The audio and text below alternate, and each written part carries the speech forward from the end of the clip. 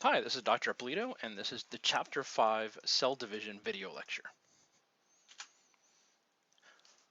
All right, let's get started.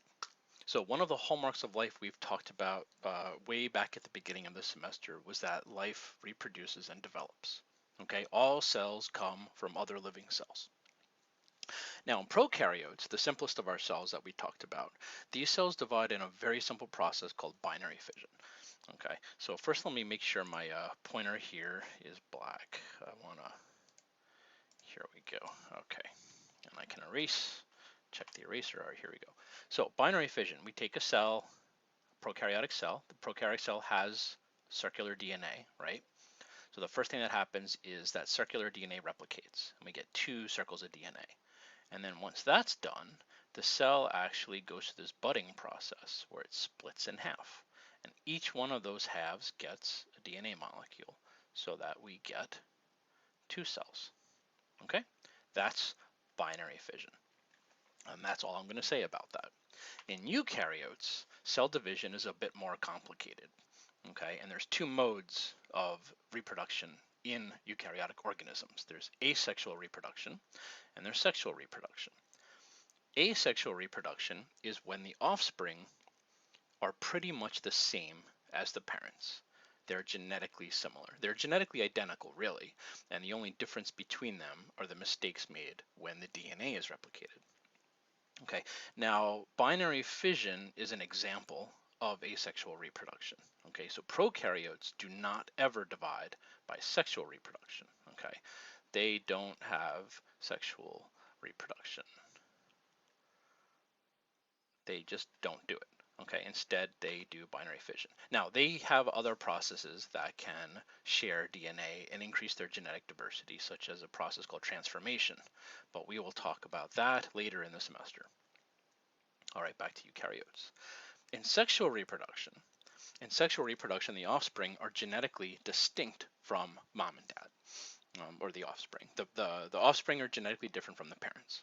Okay, and so in sexual reproduction, each individual in a pair donates a cell, and these special cells are called gametes or sex cells.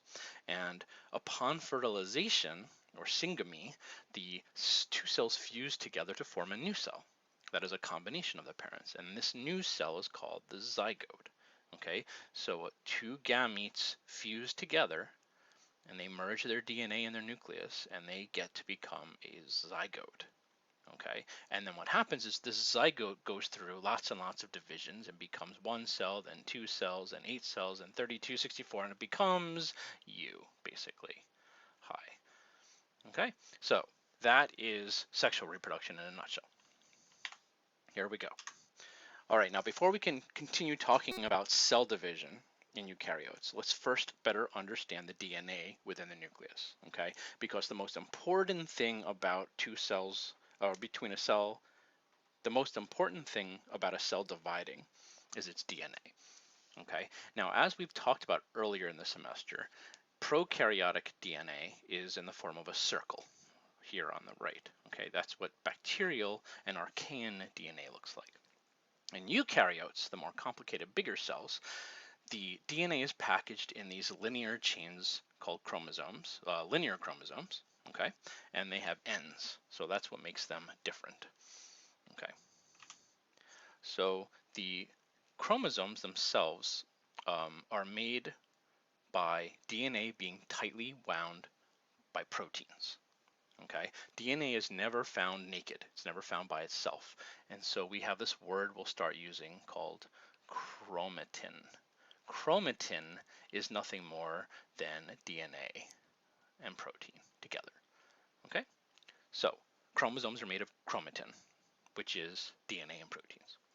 In prokaryotes, there's that circle again. It is supercoiled, okay, just like your phone cord gets coiled if you twist it around too much. And in eukaryotes, it is also supercoiled, or it can be supercoiled into these linear stretches, okay? So here we go, the center here, notice there's a pinch here. This is called the centromere, okay? And then these 2 guys here are called the arms of the chromosome, the arms. And then the very end of the chromosome is called the telomere. Okay, we don't really need to know about telomeres for our purposes here, but it's nice to know their names. Okay, and it's also a little fun fact here is the small arm of a chromosome is called the P arm for petite, and the Q arm is the other one because unimaginatively Q comes after P. Yes, there's the P arm and the Q arm. Okay, so each one of those chromosomes in your cells, in your nucleus, are usually found as a tangled looking ball of yarn just mushed together. Okay. However, it turns out that these are actually packaged in a very clever, highly ordered way. No two chromosomes really tangle around other chromosomes, and any given part of the chromosome can actually be folded out and accessed by enzymes, by proteins that are needed to do stuff, okay, to turn genes on and off, for example.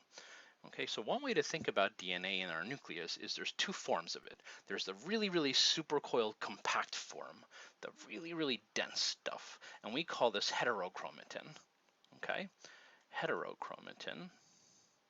It's written down here, heterochromatin. Okay, and then there's all this, so it's all heterochromatin, and then occasionally the DNA loops out, and you have this fluffy area here called euchromatin, the true chromatin. Okay, euchromatin is basically the on genes, and heterochromatin is the off genes. That's one way to think about it. Okay, and chromatin can be condensed into the dense portion, or it can be decondensed. Okay, so that's the word we use. We say chromatin condensation, or we say chromatin decondensation. Okay, so depending on what the cell's doing, some of its DNA is compacted and some of it's open. All right, now, this is a little bit beyond the scope of what we need to deal with, but let's figure out exactly how DNA is packaged. So starting with a very tightly bound chromosome down here, you don't have to worry about this X form just yet. When we zoom in a little bit, we can see these supercoiled domains, this condensed chromatin, these are the equivalent of your phone being supercoiled, okay? Really, really, really tight. And then within those supercoils, we zoom in here and we get these looped chromatin areas. Okay, and then if we zoom in further still, we get what we call the solenoid. Solenoid. This is like the solenoid in your car. All a solenoid is in engineering and in automotive is just a solid metal cylinder with coils wrapped around it. Okay, not unlike this shape here. The difference is instead of it being copper wire being coiled around, what we have are these individual little grape cluster-like things, okay, called nucleosomes. So a nucleosome is that very, very, very small substructure of chromatin. It's the first unit of chromatin where you have proteins, that's the purple stuff, and the DNA, that's the blue. Okay, and so basically you take 8 of these proteins, 1, 2, 3, 4, 5, 6, 7, 8. It's supposed to be 3D, and each one has like a cute little tail on it. We don't have to worry about those today. And the DNA wraps around this exactly 2 times. Okay, you can see here 1, 2. And in between each of these little grape clusters is a linker protein called histone H1. You don't have to know that. Okay, you can name these proteins in your head as histones, or histone proteins, okay, histones. And then of course the DNA itself, the double helix, there it is. And notice how small this is. This is 2 nanometers in diameter, okay. The nucleosomes are 11 nanometers in diameter. The solenoid is 30. The coils of chromatin are 300, that's 10 times thicker. The condensed chromosomes are 700. And then finally we have a mitotic chromosome we'll talk about later, the condensed chromosome at 1.4 microns. So we're still talking about teeny tiny things here. This video you can watch on your own. Basically run the slideshow. You can hit F5 when you download the actual accompanying PowerPoint, and you can push play here. Okay, I'm going to skip this now because it basically restates everything that I just did. And honestly, it's a little weird playing a video within a video, right? Okay, here we go. So now let's talk about the overall cell cycle. This is what cells do when they're alive and they grow. Okay, now normally cells don't divide. Cells are not in the business of dividing on their own by themselves. They have to be told to do that.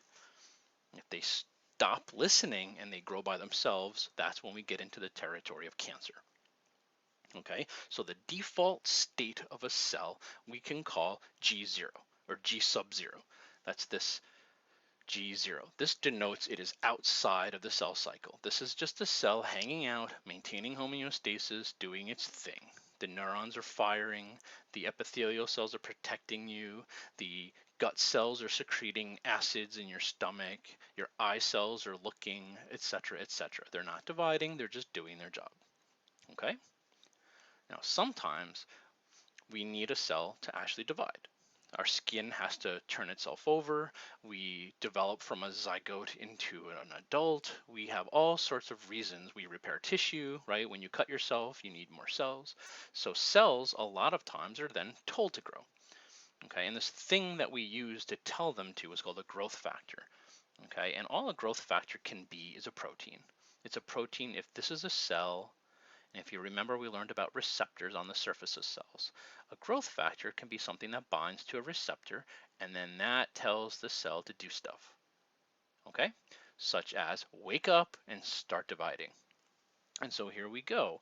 We have the growth factors. We stimulate the cell with growth factors, and the cell wakes up from its slumber, its napping, just like you in the morning when your alarm first goes off, and you enter this first phase of growth called the G1 phase, or the first growth phase. That's what the G stand for here, okay?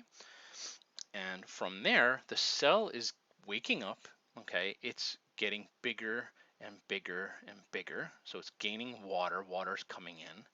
It's building up more phospholipids. It's dividing all of its organelles. It's making more and more Golgis and ERs and lysosomes and all peroxisomes and cytoskeleton stuff. And it's just lots of busy stuff going on in there. Okay, and essentially the cell's getting ready to go into the next phase. It's starting to get ready to go into the S phase. So it has to build machines to make DNA. Okay, the next phase is called the synthesis phase. The synthesis phase is when the cell's DNA in its nucleus replicates. We go from having one set of chromosomes to doubled chromosomes. Okay, so if you remember that picture before of the chromosome, we have this kind of nubby looking thing here with the centromere. This thing here replicates so that we eventually get two of them. Okay, and each one of these things is called a chromatid. Chromatid, not a chromosome, a chromatid. Okay, and because these are genetically identical, they came from each other, they're called sisters. They're sister chromatid. Okay? And so that's what happens in S phase. The DNA doubles. And then the cell gets pushed into the next growth phase, G2. During G2, the cell, just like in G1, is getting ready for S phase. In G2, the cell's getting ready for M phase, the mitotic phase. This is when the nucleus divides. Okay, so it's building the machines to get ready for the mitosis phase, and it's also duplicating its centrosome. And I know that there's a lot of language here, centromeres and centrosomes and chromatids and chromosomes. You eventually get the hang of it when you say them enough. Centrosomes. Okay, the key between the centromere and some, the centrosome is a body, right? It's a central body. If this is a cell, this is a nucleus. The centrosome, if you recall, sits about next to the nucleus, and this is where all the microtubules come from. Okay, so this thing duplicates. So if this is the nucleus and this is the centrosome, okay, it duplicates. And what's neat is there's these microtubules that push them apart so that the other one basically migrates to the other side of the nucleus in this process. So that when we're done with G2, we're ready for mitosis, the cell has this pair of centromeres, and they have this beautiful array of microtubules that we can call the spindle. So the spindle begins to form. Okay? And then during M phase, there's two things that happen. The cytoplasm divides and the nucleus divides. Okay? So mitosis is nuclear division, and cytokinesis Kinesis is cytoplasmic division. Okay? So, between the two of these, mitosis and cytokinesis, that's mitotic cell division. Okay, so cell division is equal to nuclear division plus cytoplasmic division. Okay? So there we have it. This is just, a picture from another textbook, and you can see the G1 to S to G2 phases of the cell cycle and then into mitosis. Okay, you can see them progressing in this way. Now, here's a new word, interphase. All interphase is that region of the cell cycle that's not mitosis. Okay, so the simplest way to think of the cell cycle is interphase, and then mitosis. Okay, that's the simplest view of it. And then we can break interphase down into its three stages of G1, S, and G2. And then we can actually break mitosis down into a bunch of stages we're going to talk about in a bit. Okay, so here we go. We start at G0, we add some growth factors. Okay, now at this point in time, the cell, after a little while, after it's exposed to enough growth factors, the cell is now committed to dividing. And it's either going to divide or die. That's right, the cell is never going to go back to G0. It's past the point of no return. There's this place here we call the restriction point. I'm not teaching you guys about that, but here we are. There's this point in time when the cell is permanently vested in either dividing or killing itself. Okay, and how does it determine which it's doing? Well, if there's a mutation, if there's a mistake, if there's damage, the cell is going to sense those things at these points in time called checkpoints. That's these blue arrows. Okay, so there's the G1 checkpoint, there's the G2 checkpoint, there's the M checkpoint. There's also an S checkpoint, but for some reason your book doesn't talk about that. If at any point in time one of these checkpoints stops the cell and says, hey, we've got some serious damage here, the cell will begin to kill itself in another process we're going to talk about called apoptosis, programmed cell death. It's ritualistic cellular suicide. All right, so during interphase, we're going to go back now to interphase. We're going to get a little bit of detail on what each of these steps do. During the first growth phase, during G1, okay, you can think of the cell as waking up. This is where it doubles all of its organelles and it builds the machines to duplicate DNA.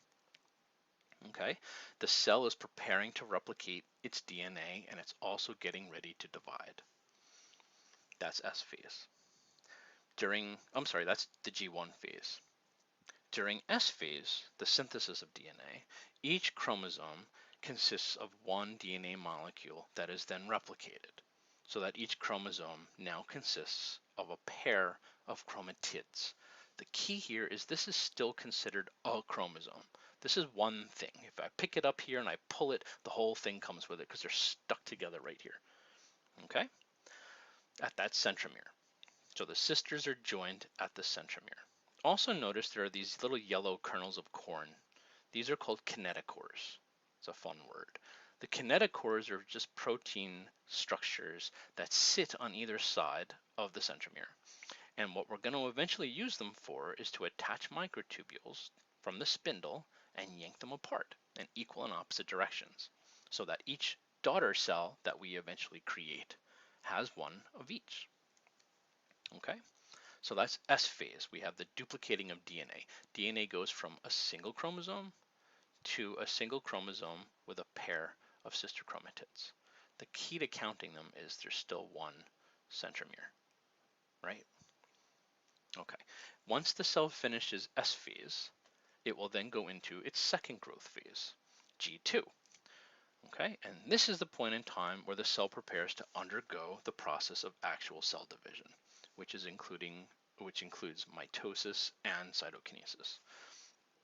And this is when the centrosome divides. The centrosome is that microtubule organizing center in the cell. All right, so a little bit more on S phase here. As I said before, the chromosomes are duplicated during a process we call DNA replication, which is done by a bunch of machines. Okay, if we look at the DNA helix, All right, the simple version of DNA replication is this double helix unwinds like so. Okay, and so on each side of this we have now our A's and T's and C's and G's, right? On this side there would be an A, this would be a T, on this side it would be a C, this would be a G. And machines come in and build a brand new double helix. Okay, that's perfectly complementary. And so when we're done, we basically have two new double helices, each one built by a strand from the original DNA and a strand of the original DNA and a strand of the new DNA. Okay, so we have two, and of course they're bound together still at the centromere. So this is what I'm talking about. This thing here goes through this and it produces this. Okay, so why don't you take a second and rewind all that and understand that again, see it more clearly. Okay, so I'll pause for a second. Okay, now here we go. I'm going to delete everything. Okay, so the other important distinction here is, notice there's two colors. There's the blue chromosome and there's the red chromosome. Okay, the blue one is the paternal chromosome, or the chromosome from dad, and the red one's the chromosome from mom. Okay, so we have mom and dad's copies. Remember, we're sexually reproducing, so we have one copy of each type of chromosome, one from mom, one from dad. Okay, together this pair of chromosomes, notice that they're the same size, they're the same shape. Okay, they have the same genes on them, but the genes have different sequences on them. The genes have different sequences. So same genes, we say we have the same genes, but different alleles. Okay, alleles are specific sequences of a given gene. So for example, this might be the gene for eye color. Okay, and your dad's gene for eye color might say green, and your mom's might say blue. Okay, but they both say eye color, and they're exactly right here on the chromosomes. Okay, so what makes these two chromosomes the same or similar or a pair is that they have the same genes on their in their sequence. And because they have the same genes and they're the same size, we call them a homologous pair. Okay? All right. So let's talk about mitosis now. And actually, I'm going to take a moment to pause here, and I'm going to upload this. So we'll call this part 1 of the lecture that goes through the basics of the cell cycle up through and including a discussion on chromosomes. Okay, so that concludes part 1 of the lecture.